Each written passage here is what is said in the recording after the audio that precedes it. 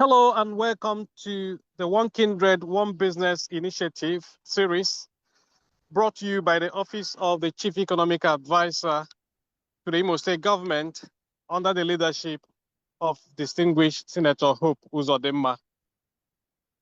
My name is Kenneth Amechi and I'm a professor of business and sustainable development at the University of Edinburgh in the UK. I hold a chair in sustainable finance at the European University Institute Florence, and I'm the Chief Economic Advisor. So it's my pleasure to welcome you to today's edition, which promises to be very interesting. If you are new to the OKOBI initiative, or you're not aware of it, I hope this jingle will help you appreciate what it is all about. Susie, nne m ahụ gị bụ sọ mma. Ọ dị ka ị nwetala ọrụ n'oil company. You see nwanne m mgbado udo o nweghịkwa ọrụ oil company m nwetara. Ihe hụrụ m na-amụke wụkwa aka ọrụ OKOBI. Ele nke wụkwa OKOBI. Biko tupu enye m azụ, ahụchiele m anya. Ahụ m chọrọ enyemaka. Ya bụ na ịnụbeghị maka OKOBI. Ngwa gee ntị. OKOBI bụ atụmatụ ọma gọọmenti hiwere iji kpochapụ ụbịam na-akpụ ndị mmadụ isi aghara aghara. OKOBI ga-ekewapụta ohere ọrụ maka gị o maka ọha obodo gị niile. Naanị legharịa anya gburugburu gị chepụta nnọọ ihe ọbụla gị na ụmụnne na ụmụnna gị ndị enyi ma ọ bụ ndị obodo gị nwere ike ịgbakọta aka mepụta ya mma dịka ịzụ ọkụkọ, azụ, oke bekee, ịkọ painiapụl, ịsụ mmanụ nkwụ ma ọ bụ mmanụ aṅụ na ọtụtụ ihe ndị ọzọ dị iche iche. Unu hazicha usoro eji eme ya ka ọ bụrụ ihe ga-amịpụta ego. Unu agbapụzie ya ọsọ gaa kpọtụrụ onye ji ọkwa Chief Economic Advisor n'ọchịchị steeti Imo. Ọ ga-agbazi unu olu nye unu ntụziaka hazie ụkpụrụ a ga-eji mee ya ka ọ kwụsị ike ma mịta ezi mkpụrụ. Ọ ga-enyekwa aka n'ikewapụta ohere ọrụ nye ndị na-achọ ọrụ n'obodo. Biko nye m akara ekwentị ha ka m kpọọ ahụ ozugbo. Ngwa were ihe dedata ya 07013512035 07013512035 ma ọ bụ 09114360076 09114360076. Ịkpọrọ ha ị ga-enweta ọsịsa maka ihe niile gbasara OKOBI. OKOBI wa atụmatụ bụ ịgba Shared Prosperity Government nke Distinguished Senator Hope Uzodimma. OKOBI ụmụnna wike ọwụ ha agha. Okay, great, and welcome back. Let's go straight to business. My co-moderator, Abebeho, but when he comes, he'll be able to introduce himself, Professor Jude Nzako. Maka anyị gbapụ ya ọsọ ga kpọtụrụ Maazị Chikezie Cross. Chikezie, enwere ike ekele ndị na-ege anyị ntị? Hello, everyone. Ndewo. Hello, Chike. Adị m mma, sir. Okay. Nke kọwara anyị onye bụ na ihe ị na-eme. Ọmụawụ Chikezie Cross Chigozie. Awụ m onye ọba azụ Mbieri Mbitoli, LGA. Ana m emekwenu I'm a farmer. I'm a CEO of a company called Farm Farms Innovations Limited. Farm wo a vision. Ewaputara. Iji koziele our people. Not only koziele mentor them in agriculture. Nihe gbasara agriculture. Nihe gbasara several aspects of agriculture, like livestock, fish, poultry, pig, and vegetables. Because onye ọwụla na-eme na-produce manure kwesịrị utilize those manure for other benefits.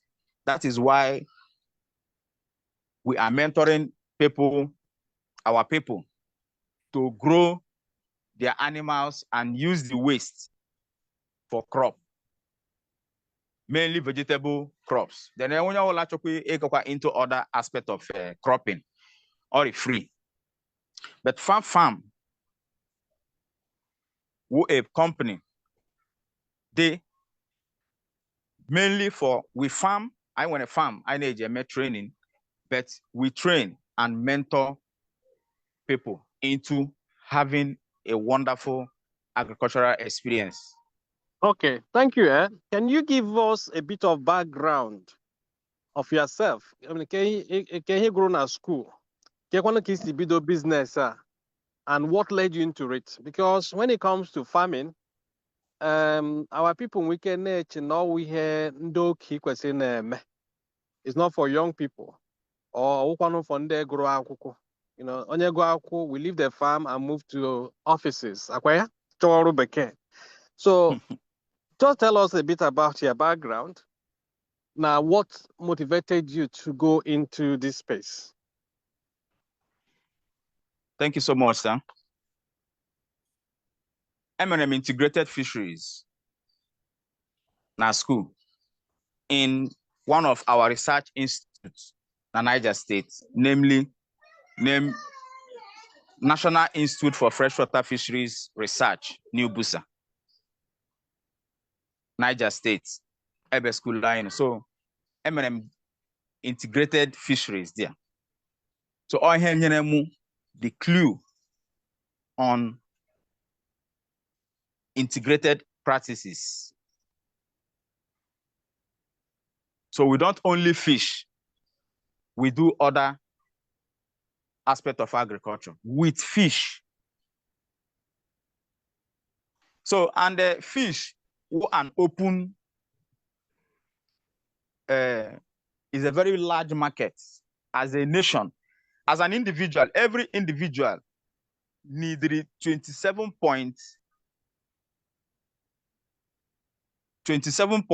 little fraction kg of fish in consumption on every year.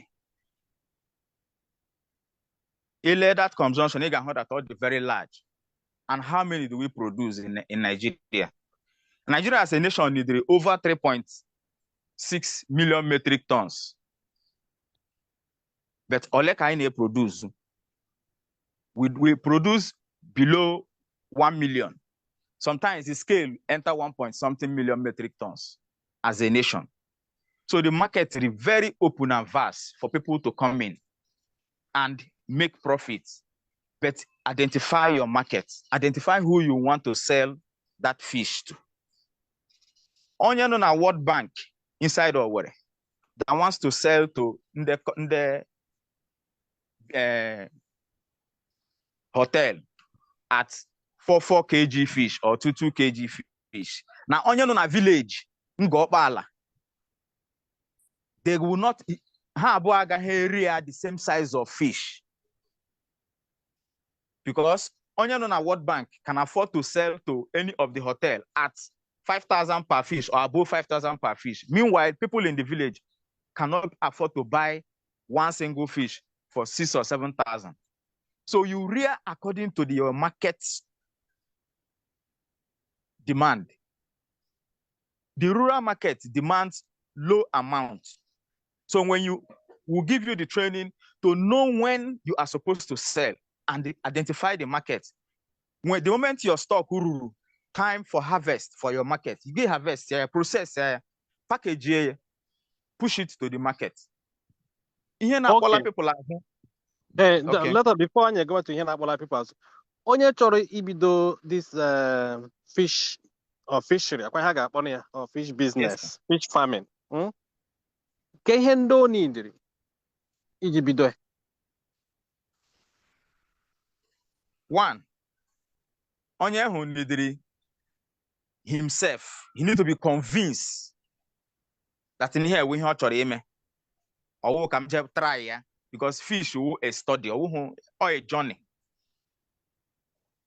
Before you now talk about your finance, your land, and the type of practice is it tarpaulin or concrete or earthen pond? Given the nature of our environment, Imo State is very blessed. Imo State is surrounded by fresh water. Ndeni no na freshwater zone. Imo River, Njaba, Otamiri, Wori, Just name several waters I want in Imo State, apart from the Uguta Lake, as a marine water, which is a salt water. But all those people who are within these freshwater zones, they can use that water. You must not wait to get a borehole. You can use that water to rear fish in an earthen pond with your pumping machine.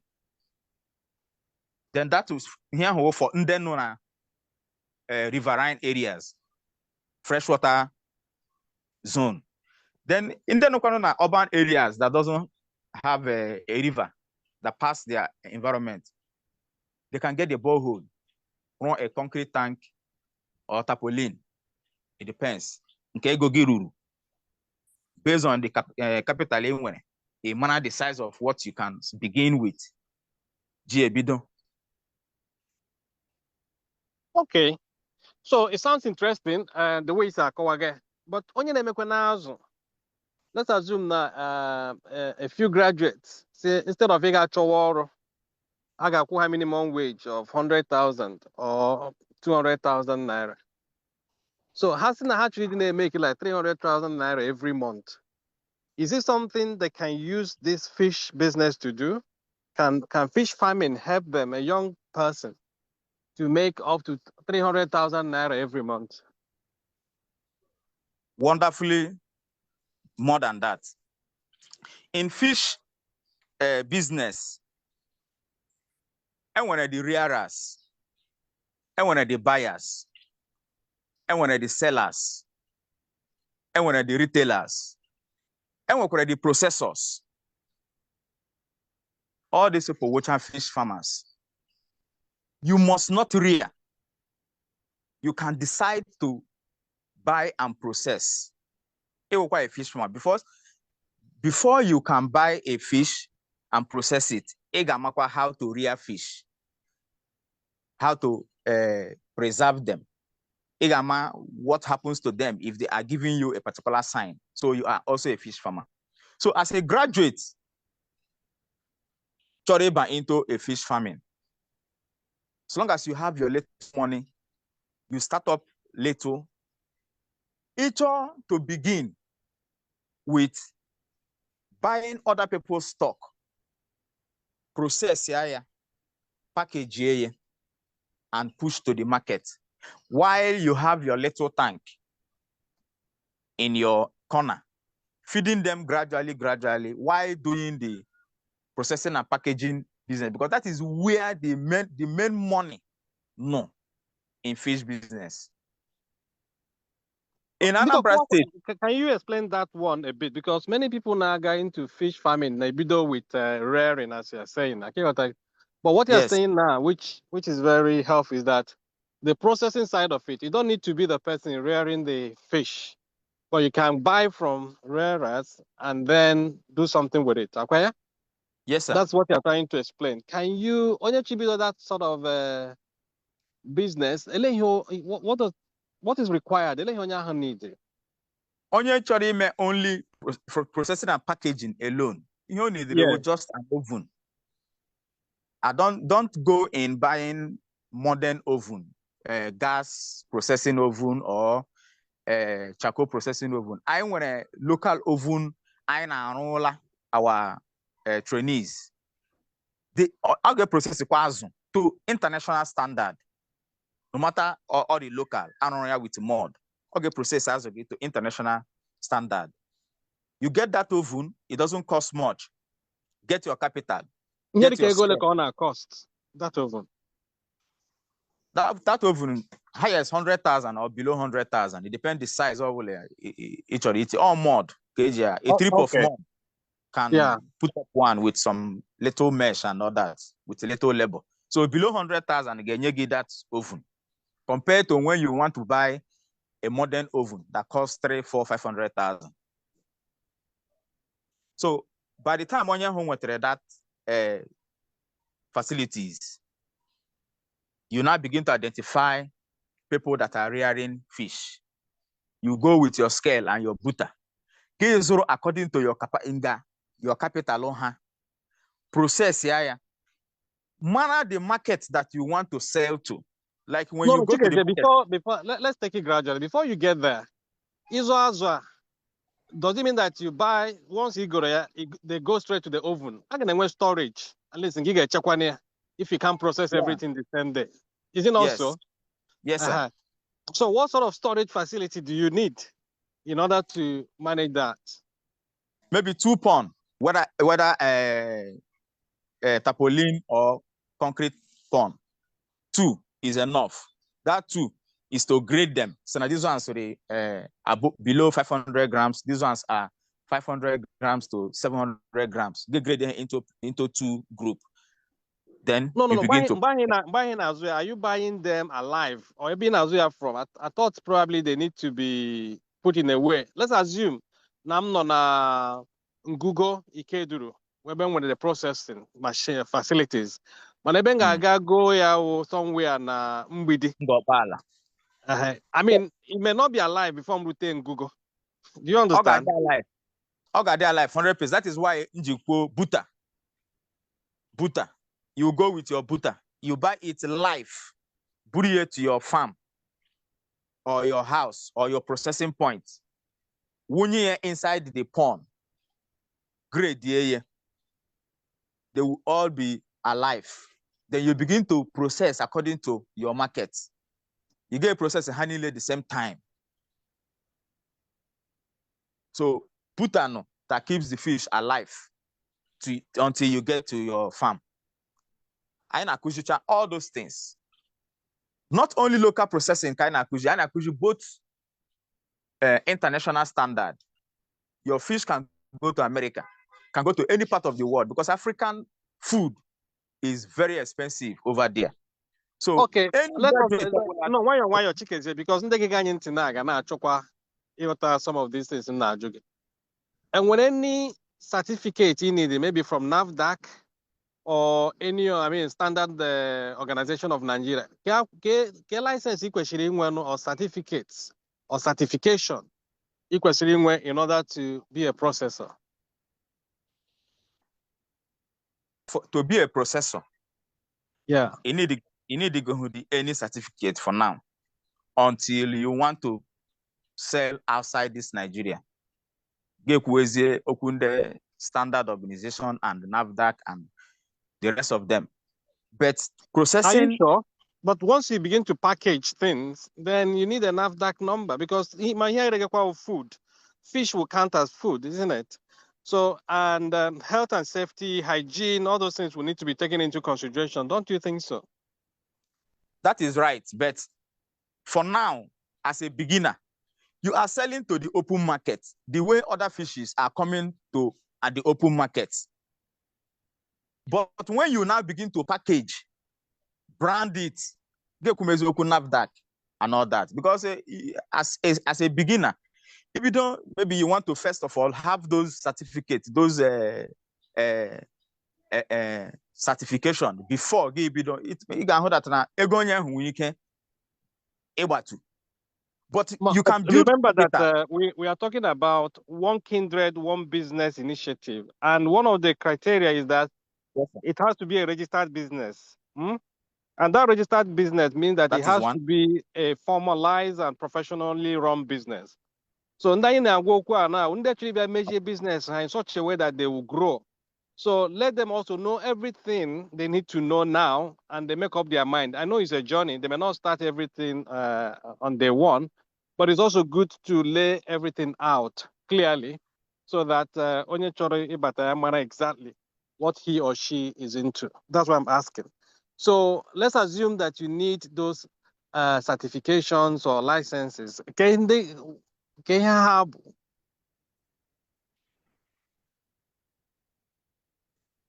Do you have an idea? So come again, I didn't hear you. Assuming you need those certifications, right? Yes, sir. What into processing, what sort of certificates or licenses or whatever do they need to have? Assuming they also want to grow big, export and do other things, package and brand. I am NAFDAC and SON. Okay. So, Otino, now, do you help communities? Let's assume, because we are also encouraging communities to start their own businesses. So, a community now we can when they want fresh water, as you mentioned, or streams or whatever, and they want to use those for fish farming, or when they when a borehole they can use. Are you able to advise them? Are you able to guide them? And what would that entail? Yes, I want to really see a community in which challenge. That's not here we mean. Hello, GM. How do we use it to rear fish? Oh, yeah, with the area, because that is the area that will make Imo State a fish settlement environment. Because I want the surrounded by fresh water. If we begin to utilize it on a community-based level, not as an individual now, as a community-based level, organ spread is so fast and organ is very challenging because every community, we know that now, Imo River shift from this local government, Gagide ban another local government, till River State. One autonomous community utilize the earlier, rear fish, they produce fish, and you are coming to buy from them, from your neighboring places. It will challenge you to also use the same river. The same way, it will start spreading. So all the area that Momo is praying, can our people key in. The River Niger in our school in Niger State, my school, River Niger inside the school premises. Bobatia inside the reservoir, have prepare. Then from the reservoir, they let it into other ponds. So that is the same way you will let those natural water in to your reservoir or to your pond. Based on your experience, and when a community in Imo State or Anambra State or even River State, many here so that people can say, I've seen where it's happening. Yes, I want to know one of my trainee na Bayasa Emelia. But here nyere nsogbu Bayasa nwere brackish water. Brackish water where River Niger and where the marine and the freshwater meet. So the boy happens to fall in that environment. So sometimes it's fresh. So he keep liming to beat down marine substances. But other people is also in Amakohia. And when I can on Amakohia. And when Amakohia will be when Amakohia in Imo State. Amakohia Kowore West. Okay. West. This lady that's supposed to join us today, when something like that, but it's not really from the river, but from her waste pond. An eating pond. But okay. From so communities in that have you made attempts because as you know, if Mohammed doesn't go to the mountain may go to Mohammed, right? So Yamaha Biaga, we can as a consultant and somebody who is in this space, have you been able to reach out to them to educate them on what they can do with their water body? Yes, sir. The OKOBI platform, the opposite consultancy platform, leading to villages. While talking to them, these things, I'm giving them as an opportunity to utilize the river Gafokorena, their environment. We can also train them into it. We can guide them into it. They're successful. Yeah, require their business in this community. I'm also talking to them. Several of them have been talking to several of the communities, but I hope they courage to begin. Maybe or something. The essence of Umudim as a hygienist. And me this idea. He took me to a particular place in Ikeduru. Ebano got dam before. It was an old dam, but all the Kadatan I work with. But the water is still there. On a very big body of water. Say, yes, we can begin with this. I told him that we can begin with this. So that I am Ikeduru na ndị Nyishi nwere mmiri. Ndị ọkwa Ikeduru nwere mmiri. Ndị Ugirike nwere mmiri. Ndị Egbelu Ama Imo nwekwara mmiri. I think a part of Eziama nwekwara mmiri. So even up to Uzaba. So ndị Ikeduru, if they want to benefit from this, what they are saying that many Ikeduru communities, along, I think it's in Bar River or something like that, can, so you might also want to consider that. So whilst waiting for them, you can also reach out to them. You can reach out to the member of the House of, the representative of Ikeduru, the House of Assembly. You can meet their local government chairman. And discuss with them and see how they can encourage the communities. You can also discuss with the councillors. So even options on how you can get to them on days. So beyond the OKOBI thing, you can, as a company, see what you can do because it will also help your business. Don't you think so? Yes, I think so. You're right, sir. Yeah. Okay, so let's spend the last 2-3 minutes here before we go on break. Can you reflect on some of the challenges because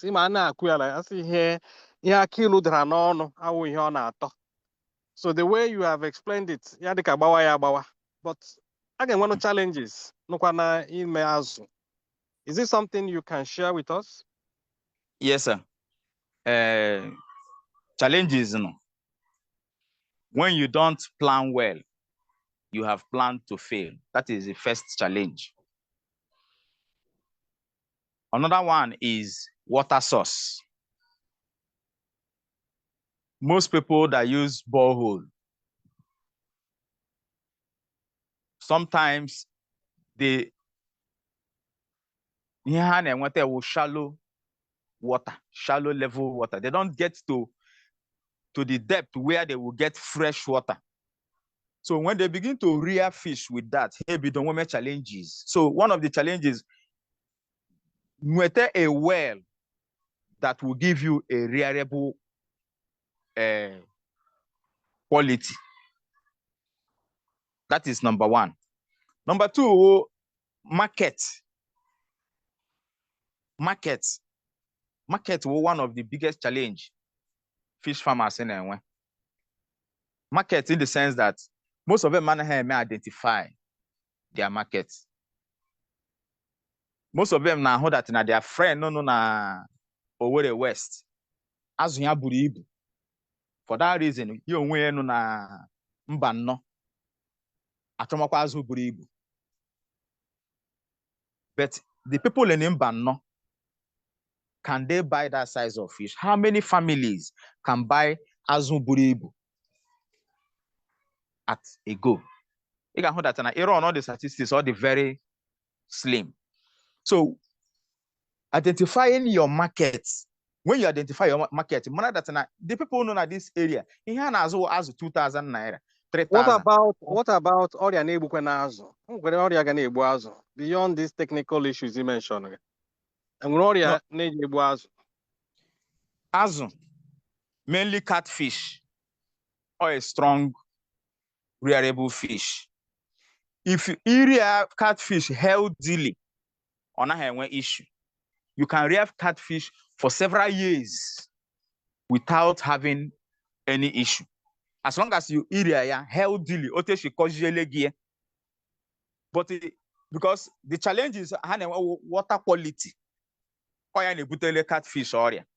Outside catfish, other catfish, tilapia, heterotis, carp, all of them. Water quality. When you leave your water to overstay, or with a very big challenge, the fish. But on a normal, hold it there. We still come back to you. Can you go over a break now? But before I invite to play the jingle, this is the One Kindred, One Business Initiative series. That's the OKOBI series. brought to you by the Office of the Chief Economic Advisor to the Imo State Government under the leadership of Distinguished Senator Hope Uzodimma. Ihe anyị na-akọkwanụ n'OKOBI wụ ka ndị mmadụ ga-esi nyere onwe ha aka chọọ ihe ha ga-eme iji kpata ego and solve the challenges of unemployment and also ihe isi ike. So instead of waiting for the government or for multinational firms to employ us, we can create our own jobs. That's the essence of OKOBI. 2, 3 people, 4 and above can come together and think of what to do. Communities can create their own businesses, villages, alumni associations. So ihe anyị nọ nga taa na-atụle uche wụ maka ndị chọrọ ibido business n'azụ, ka the opportunities, ka the challenges, ka ekwenụ ka ha ga-esi survive. So stay tuned and we'll come back after this jingle.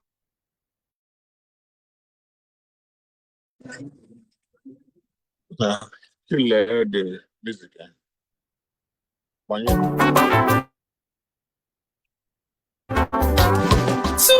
Suzy, nne m ahụ gị bụ sọ mma. Ọ dị ka ị nwetala ọrụ n'oil company. You see nwanne m mgbado udo o nweghịkwa ọrụ oil company m nwetara. Ihe ị hụrụ m na-amụke wụkwa aka ọrụ OKOBI. Ele nke wụkwa OKOBI. Biko tupu enye m azụ, ahụ shele m anya. Ahụ m chọrọ enyemaka. Ya bụ na ịnụbeghị maka OKOBI. Ngwa gee ntị. OKOBI wa atụmatụ ọma gọọmenti hiwere iji kpochapụ ụbịam na-akpụ ndị mmadụ isi aghara aghara. OKOBI ga-ekewapụta ohere ọrụ maka gị maka ọha obodo gị niile. Naanị legharịa anya gburugburu gị. Chepụta nnọọ ihe ọbụla gị na ụmụnne na ụmụnna gị, ndị enyi ma ọ bụ ndị obodo gị nwere ike ịgbakọta aka mepụta ya mma dịka ịzụ ọkụkọ, azụ, oke bekee, ịkọ pineapple, ịsụ mmanụ nkwụ ma ọ bụ mmanụ aṅụ na ọtụtụ ihe ndị ọzọ dị iche iche. Unu hazichi usoro eji eme ya ka ọ bụrụ ihe ga-amịpụta ego. Unu agbapụzie ya ọsọ gaa kpọtụrụ onye ji ọkwa Chief Economic Advisor n'ọchịchị steeti Imo. Ọ ga-agbazi unu olu nye unu ntụziaka, hazie ụkpụrụ a ga-eji mee ya ka ọ kwụsị ike ma meta ezi mkpụrụ. Ọ ga-enyekwa aka n'ikewapụta ohere ọrụ nye ndị na-achọ ọrụ n'obodo. Biko nye m akara ekwentị ha ka m kpọọ ahụ ozugbo. Ngwa were ihe dedata ya 0701-351-2035 0701-351-2035 maọbụ 0911-436-0076 0911-436-0076. Ịkpọrọ ha ị ga-enweta ọsịsa maka ihe niile gbasara OKOBI. OKOBI wa atụmatụ bụ ịgba Shared Prosperity Government nke Distinguished Senator Hope Uzodimma. OKOBI, ụmụnna wike, ọwụ ha agha.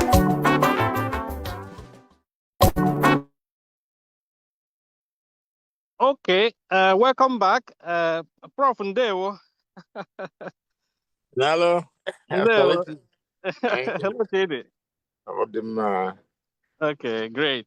Thanks for having me. Say hello to our audience now. Hello, panelists and the audience. I greet you. Sorry I'm joining late, but I hope all is well. Thank you. Thank you. Professor Jude Nzako, the DG Imo State Investment Promotion Agency, and my co-moderator, Prof Ndewo. Hello. Chikezie, amụrụ m na onye chọkwa n'inweta gị ndị chọrọ reach out to you enwere nọmba ha nwere ike iji nweta gị ka ị nwee ike bịa nyere ha aka.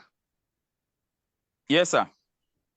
My number will 080 8451 7040. Mgbe kpọkwa ya ọzọ. I'll take it. 080 8451 7040. Okay. Ị nwekwara na physical office? Ya bụ ndị chịrị bata n'ọfịs gị bịa ji anya ahụkwa n'ihe imege. Yes. I went kilometer 1 Oba Zumberi Road, opposite Bright International Secondary School.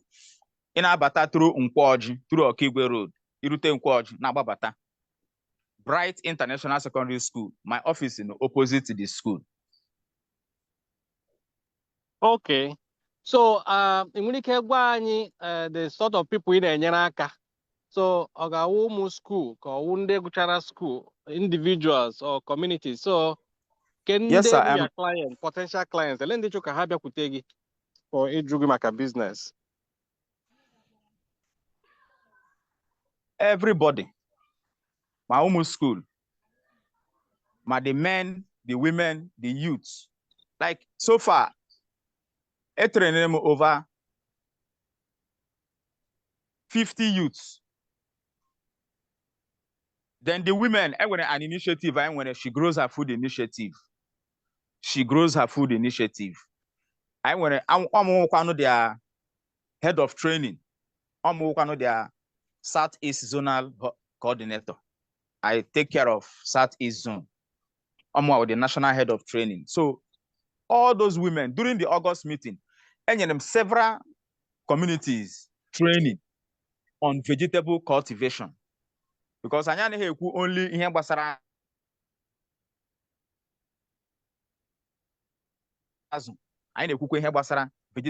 we train them into because here the lacking areas in this our region. So I need to train into that. The women, then the men, any of them that wants to go into livestock is acceptable. Then the one major area I really want to bring the men in of taking because of takers and then also the stocks. One of the challenges farmers in and generally. So I am looking at the men, Diego, to come into buying those produce and process. Okay, training, how long does it take to train them and how much does it cost? Our registration are too expensive. Our on online, our online training is 50,000. Online training is 50,000 for 1 month. Then the major area was the mentorship. That mentorship now you pay the logistics of coming to your area to mentor you. More only need the physical appearance. You got the logistics based on the distance of your place. Any place I will know. As long as you call us, you pay our logistics, we'll come there to give you those practical, physical.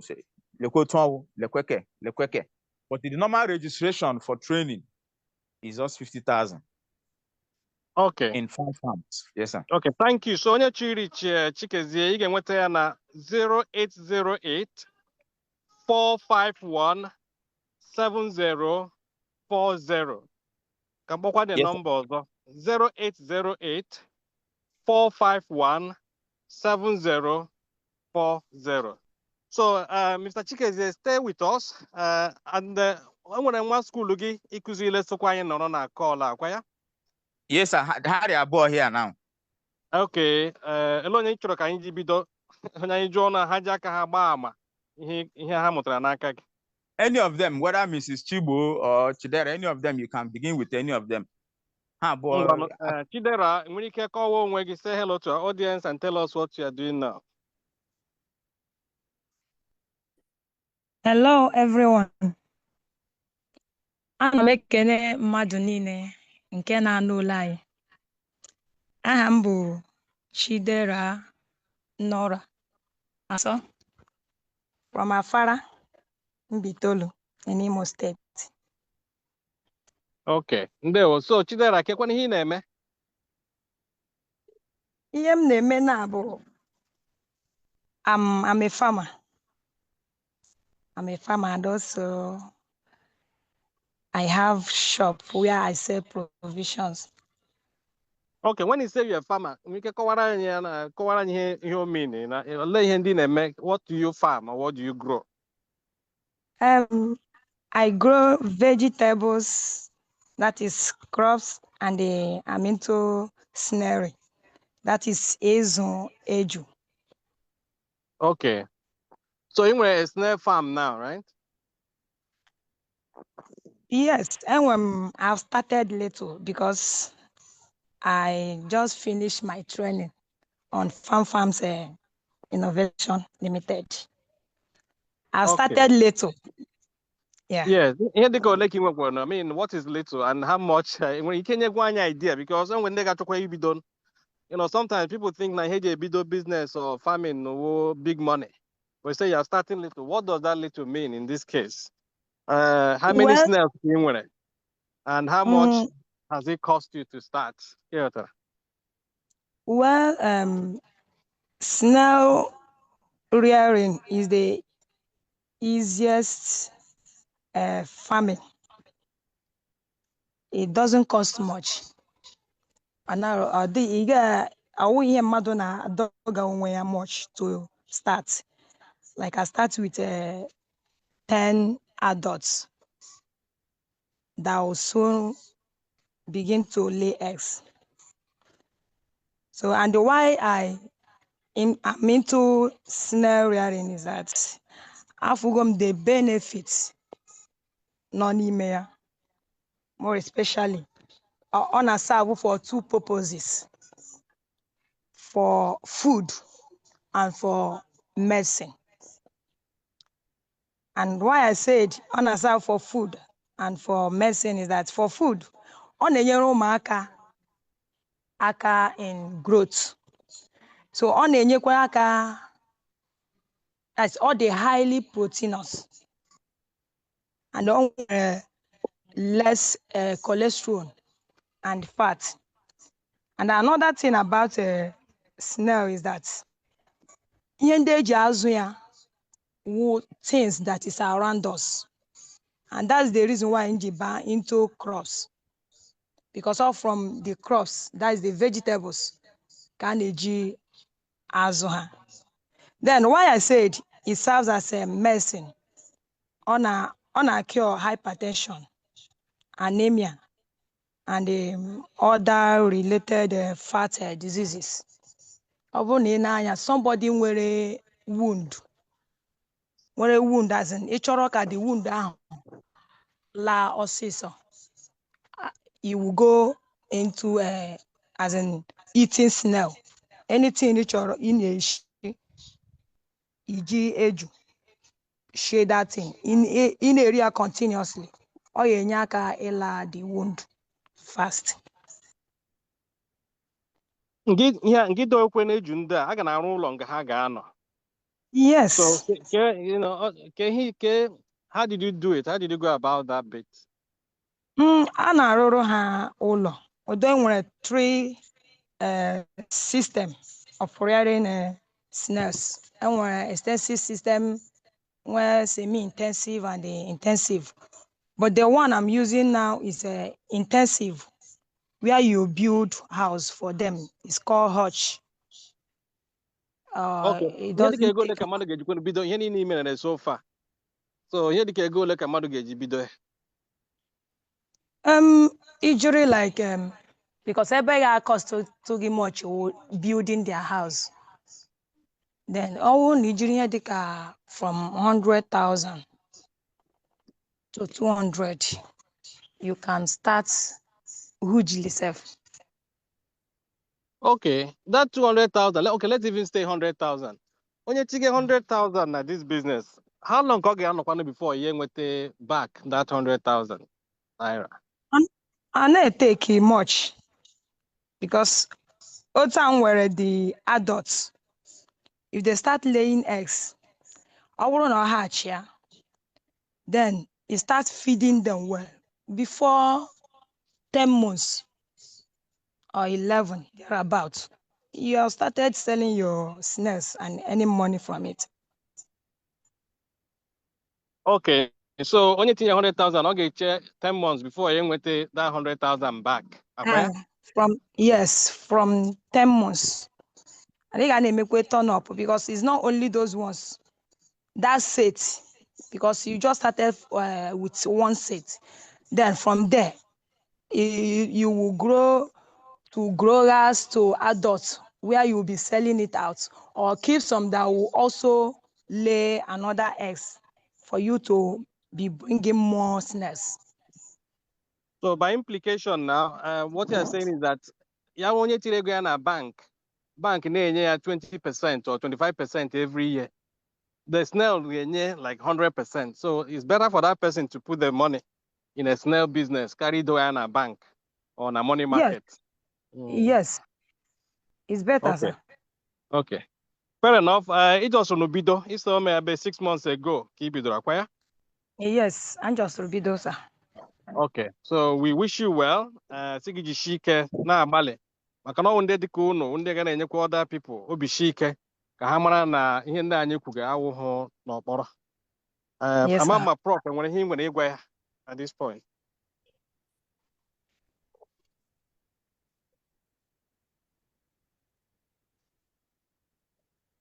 Okay. Maybe thank you, Chidera. Let's go to Nkiru briefly. Nkiru, nwere ike kọwaa onwe gị na ihe na-eme ka anyị nwee ike gbapụ ya ọsọ.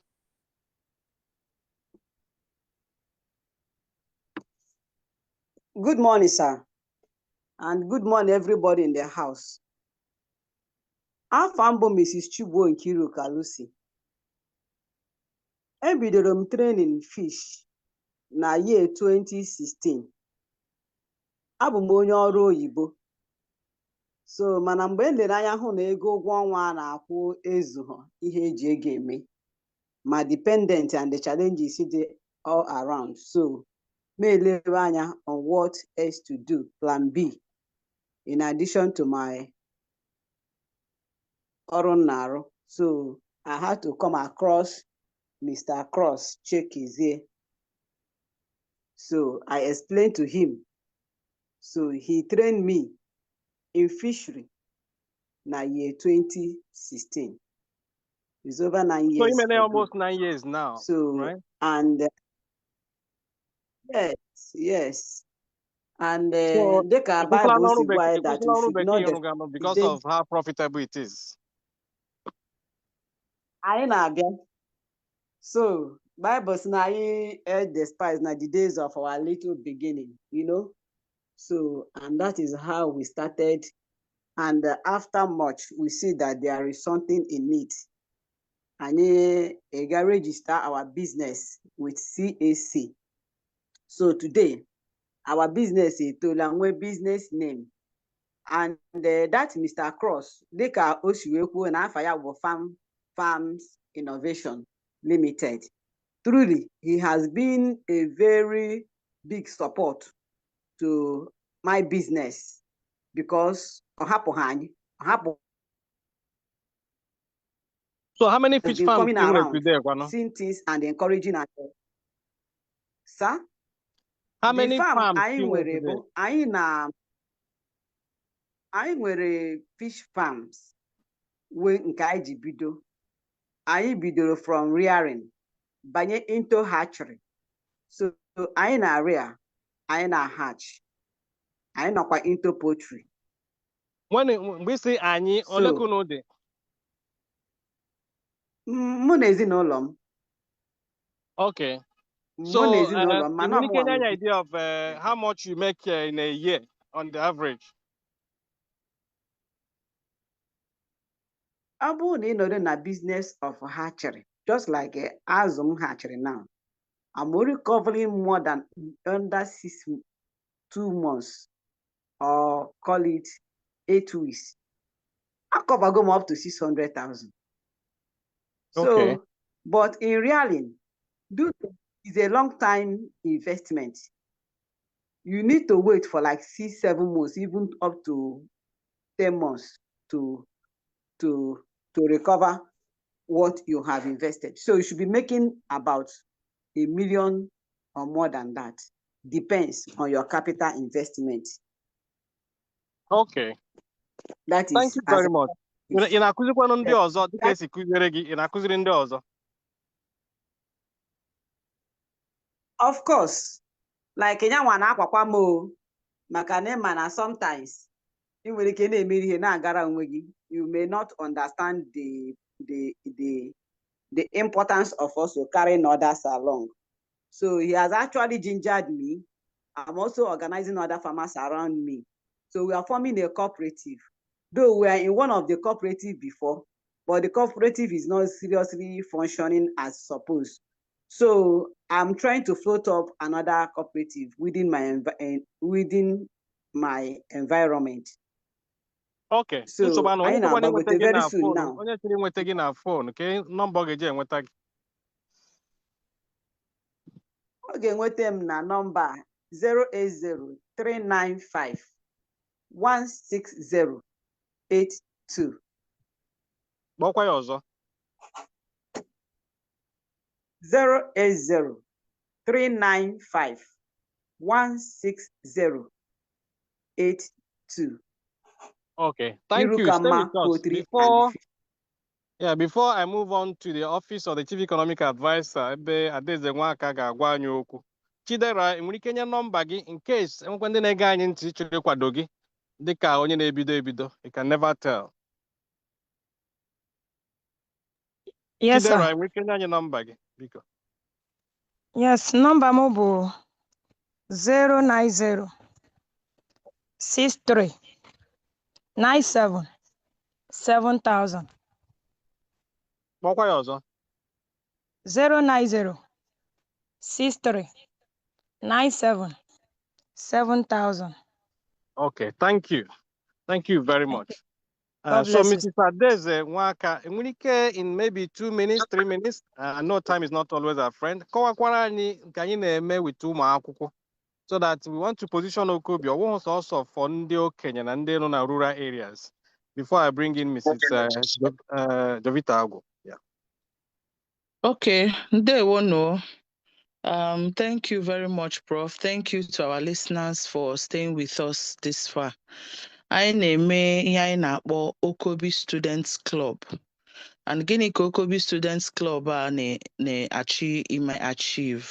Anyị chọrọ ịkụziri ụmụaka akwụkwọ, all the students in universities n'Imo State, otu ha ga-esi na-eme entrepreneurship, otu ha ga-esi na-atụ mgbere ahịa, bido their own businesses while in school. Ihe anyị na-achọ ime achieve ka a ghara ịgụcha university achọwa ọrụ, or ha hapụghị inwe ebe ha ga-eji bido ụwa. So OKOBI for students in the universities is trying to curb the problem of unemployment right from the universities without letting them graduate and fall into the labor market. So for us to achieve that, I have formed the Students Club across universities in Imo State. So many universities are on board. Some other ones are about to launch their own. So ya na-achọkwa ka ọ bụrụ na ụmụ akwụkwọ ga-ebido n'oge mụtawa group entrepreneurship, chọpụtawa ihe ndị nọ within them, using the resources within their school around them, and to use it to set up their own businesses, so that ha na-agụcha akwụkwọ ha continue kwa in the OKOBI idea. So that is what we are doing at the moment. But they make it for secondary schools. Secondary schools when interest, they can also reach out. Only 2 or 3 secondary schools. At the moment, 3 secondary schools that have adopted OKOBI for their students. So at that level, Hana Kujira entrepreneurship, the OKOBI way.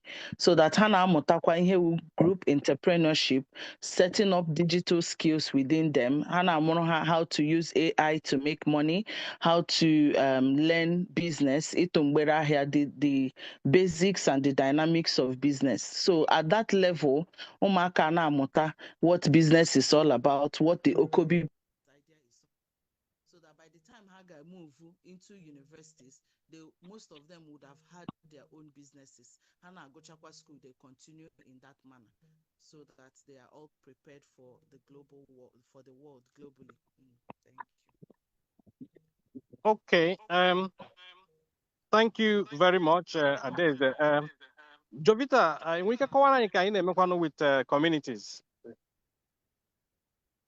Ndewo ndị na-ege anyị ntị. Aha m bụ Mrs. Jovita Agwu.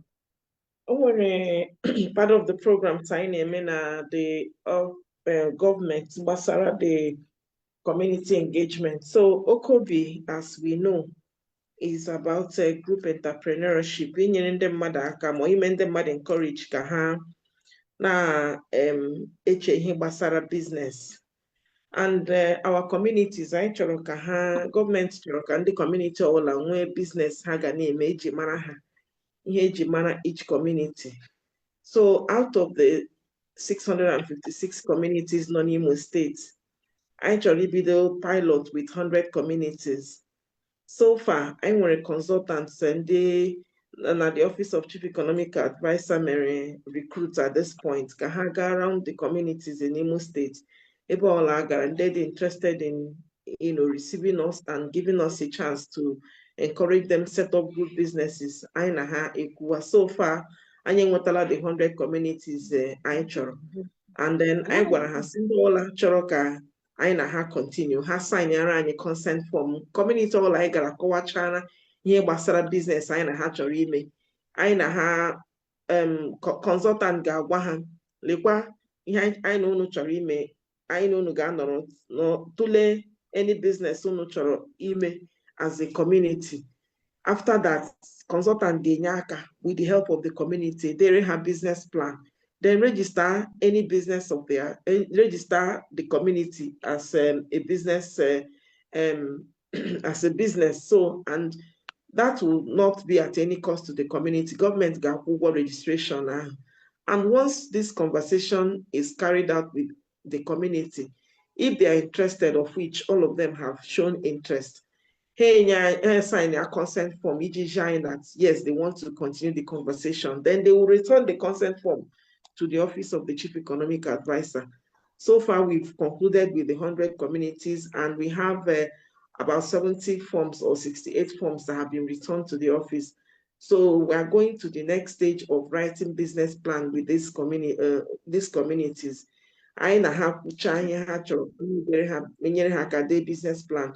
That is what we're doing. So we encourage those communities to continue to make this a reality, so that community all along at the state ga their own business. Ya wuru ihe gbasara ọrụ ugbo, wuru ihe gbasara ịzụ anụmanụ, wuru ihe gbasara small scale production, anything at all ha chọrọ ime, provided on ihe ha ga-eme mejie oya we ihe anyị mega encourage, so that community all ga-enwe ihe eji mara ha, ihe ha ga-eji kpọrọ business in the state. Okay, thank you very much, Jovita.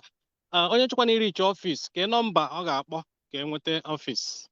Okay, onye ọla chọrọ ime inquiries maka this community engagement makwa any other program anyị mega na the office, makwa na register group business, as Kindred Society, Old Boys, they should reach us on this number 0911 43-60076. That is telephone. I'll call it again. 0911 43-60076. Yarukwano na WhatsApp for nde n'obodo Igbo maọkwanụ nde gachi send WhatsApp message.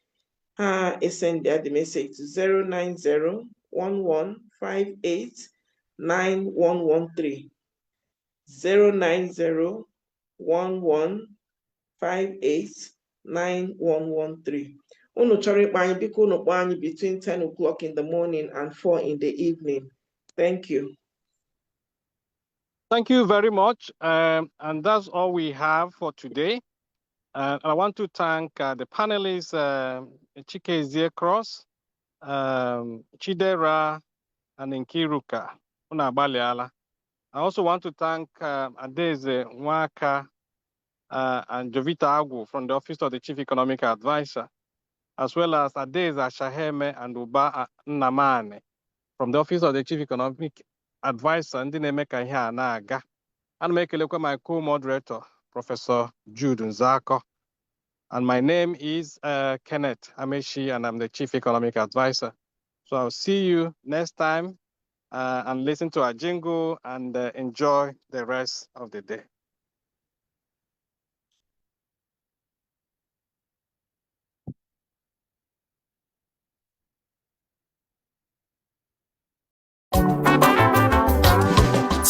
Suzy, nne m ahụ gị bụ sọ mma. Ọ dị ka ị nwetala ọrụ n'oil company. You see nwanne m, mgbado udo o nweghịkwa ọrụ oil company m nwetara. Ihe ị hụrụ m na-amụke wụkwa aka ọrụ OKOBI. Ele nke wụkwa OKOBI. Biko tupu enye m azụ, ahụ shele m anya. Ahụ m chọrọ enyemaka. Ya bụ na ịnụbeghị maka OKOBI. Ngwa gee ntị. OKOBI wa atụmatụ ọma gọọmenti hiwere iji kpochapụ ụbịam na-akpụ ndị mmadụ isi aghara. OKOBI ga-ekewapụta ohere ọrụ maka gị maka ọha obodo gị niile. Naanị legharịa anya gburugburu gị, chepụta nnọọ ihe ọbụla gị na ụmụnne na ụmụnna gị, ndị enyi ma ọ bụ ndị obodo gị nwere ike ịgbakọta aka mepụta ya mma, dịka ịzụ ọkụkọ, azụ, oke bekee, ịkọ pineapple, ịsụ mmanụ nkwụ ma ọ bụ mmanụ aṅụ na ọtụtụ ihe ndị ọzọ dị iche iche. Unu hazichi usoro eji eme ya ka ọ bụrụ ihe ga-amịpụta ego. Unu agbapụzie ya ọsọ gaa kpọtụrụ onye ji ọkwa Chief Economic Advisor n'ọchịchị steeti Imo. Ọ ga-agbazi unu olu nye unu ntụziaka, hazie ụkpụrụ a ga-eji mee ya ka ọ kwụsị ike ma mịta ezi mkpụrụ. Ọ ga-enyekwa aka n'ikewapụta ohere ọrụ nye ndị na-achọ ọrụ n'obodo. Biko nye m akara ekwentị ha ka m kpọọ ha ozugbo. Ngwa were ihe dedata ya 0701 351 2035 0701 351 2035 maọbụ 0911 436 0076 0911 436 0076. Ịkpọrọ ha ị ga-enweta ọsịsa maka ihe niile gbasara OKOBI. OKOBI wa atụmatụ bụ ịgba Shared Prosperity Government nke Distinguished Senator Hope Uzodimma. OKOBI ụmụnna wike ọwụ ha agha.